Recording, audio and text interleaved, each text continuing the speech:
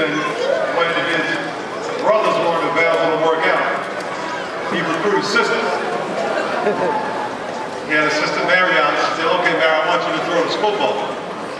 She didn't know how to throw a football. She threw it in the ground. He'd get mad and start yelling at me.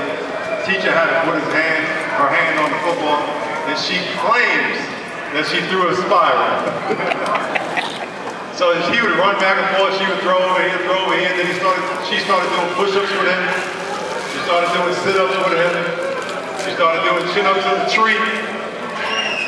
Then they would run through the neighborhood. And she said he would always run out one way and she couldn't even see him. But he would always turn around and come back and see how she was doing.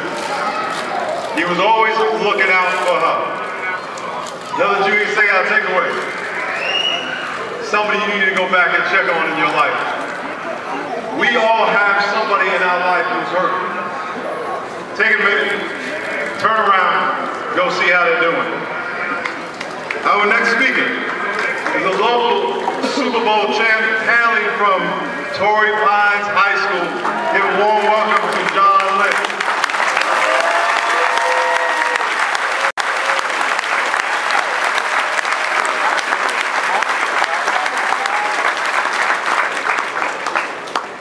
Thank you. Hello, San Diego.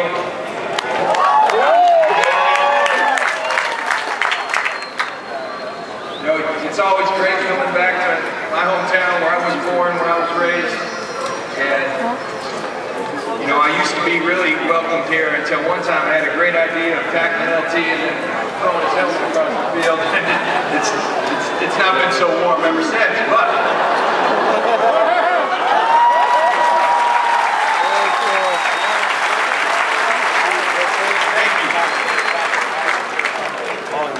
but most of all, I can't tell you how honored I am to get to come up here and speak about a great friend of mine, a great friend of ours. And more than anything, I want to thank the Spanos family and the San Diego Chargers for making this possible. I want to thank the Seau family, Mama and Papa, Gina, all the kids, the rest of the family. Thank you for allowing us to mourn, to grieve, and tonight, and the rest of our lives to celebrate and honor Junior in the way we live our lives. So thank you.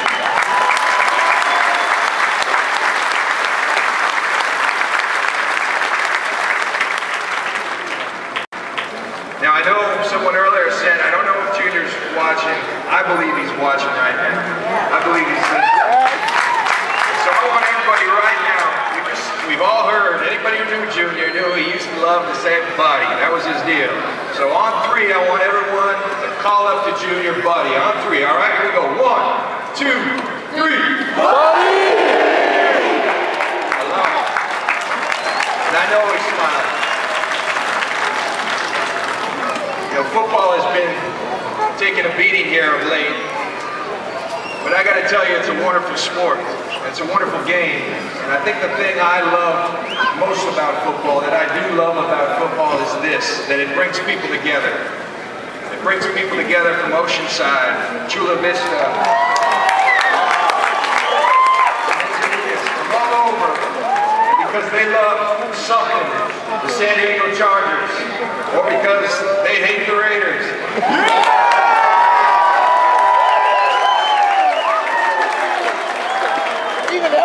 I'm so happy I'm a Packer fan right now. Different races, teammates from different races, from different places. You all come together for one common goal. I think no one represented this better than Junior Seau. I used to ask Junior, I said, Junior, how do you lead so well? We used to work out together and I'd say, how do you do it so well? How do you bring guys together so well? And he laughed at me one time and he said, buddy, I got an advantage you'll never have. I'm brown. You're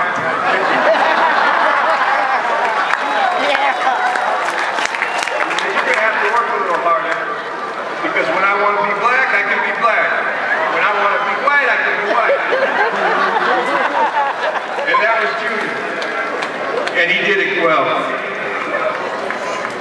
You know, it's not too often in life that you get to grow up idolizing someone, having someone as a role model. Before I even knew Junior, he was the guy I idolized. Because I lived down about 20 miles south and heard about this man-child, as Dan Fouts talked about, up at Oceanside High School.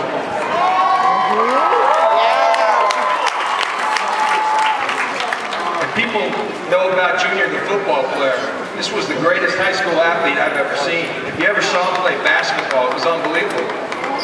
I heard today that he threw the shot put 59 feet, no technique, no nothing. He'd come out of the weight room lifting with the football team, and they'd say, Junior, it's time for the shot put. He'd go out 59 feet, second in the state. He was unbelievable. First time I ever met Junior Seau, I was a sophomore at Torrey Pines High School, and we played up at Oceanside. We were playing baseball, and I was a pitcher. I threw hard, and I started, it was the first game I was ever at where I had scouts in the stand, and they had their radar guns. And I'm standing there the first inning, and I'm looking at, instead of looking at the catcher's glove, I'm looking at the radar guns. And I said, get a hold of yourself, look at the glove. I took one more look, and I saw the scouts, but more importantly, I saw Junior Seau there, the guy that I idolized, but had never had the opportunity to meet. All of a sudden, I started throwing 3 or 4 miles an hour harder. Broke 90 for the first time that day, not because the scouts were there, but because Junior Seau was there watching.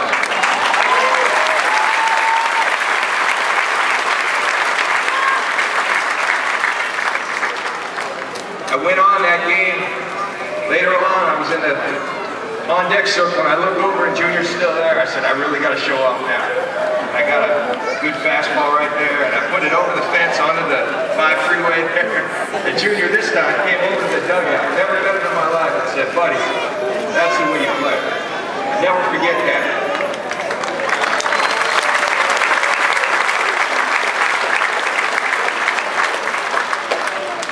I think Miles today at the service earlier in the morning said something so poignant to me. It's something that's been on my heart. It's how do you honor someone that you lost too early? And it's not only by remembering what was great about Junior Seau, it's about living it. And it's something I'm going to do the rest of my life, is make people smile. Make people laugh. I think that was his greatest gift. He made people feel great about themselves.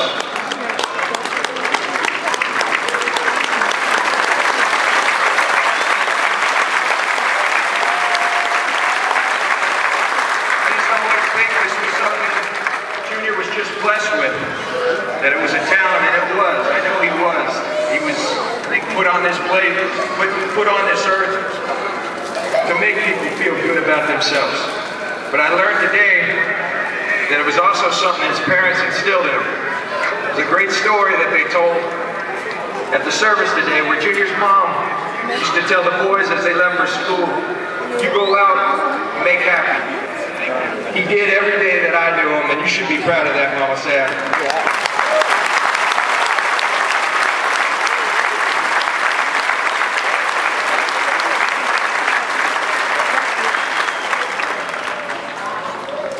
My faith, my trust allows me to know, as I said, that Junior's up there in a better place right now. Did he go too soon? I think so. I think he had a lot left to offer. And that pains me, it saddens me. But again, it's how we honor him. And I challenge everybody to honor him in the way you live your life, every single day of your life, and never forget number 55.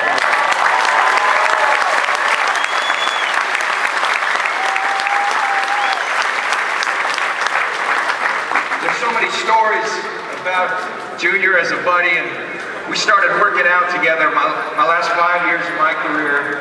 And it started like this. We used to work up at Agoscu in Del Mar, and he showed up and we work out at 6 a.m. So he said, first thing we got to get done, we're working out too late, 5 a.m. So we did some negotiation and ended up with 5:30. Now he'd show up, and I promise you this, 9 out of 10 times, he had already lifted. At 5:30 in the morning, he was done with his lift. And he was ready for his run on the beach, on the hills. We had a hill, Puke Hill. And Junior was running it. And I was running it behind him, usually. but he had already lived it. He pushed me to be greater. But one of my favorite stories about Junior is we used to always joke around that someday we wish we had the opportunity to play together. Maybe we could. And in 2008, I left the Denver Broncos and was going to retire. And there's probably one team that could have brought me out of retirement. It was the New England Patriots. And sure enough, Bill Belichick called and he said, "John, I want you to come back." We got some booze for the Patriots. That's all right. Excuse me, there were two teams. The Chargers didn't call.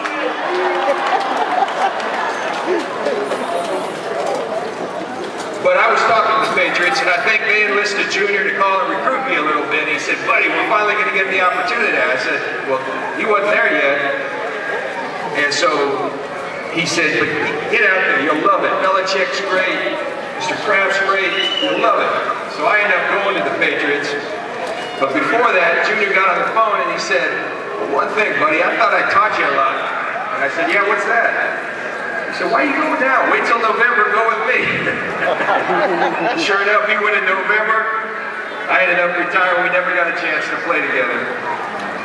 But so often as that story, he had me laughing. He had me aspiring to be great, not on the field, but also off the field with his charitable work. What the Junior Seau Foundation has done for the kids of San Diego is simply remarkable. Yes.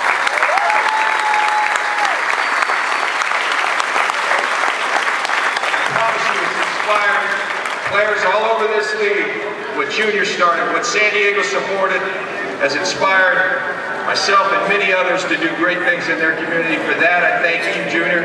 I love you, buddy. I miss you already, but I'll honor you the rest of my life. Thank you.